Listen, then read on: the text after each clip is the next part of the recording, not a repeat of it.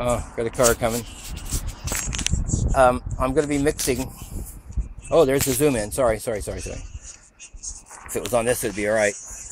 I'm using a hydraulic lime mortar.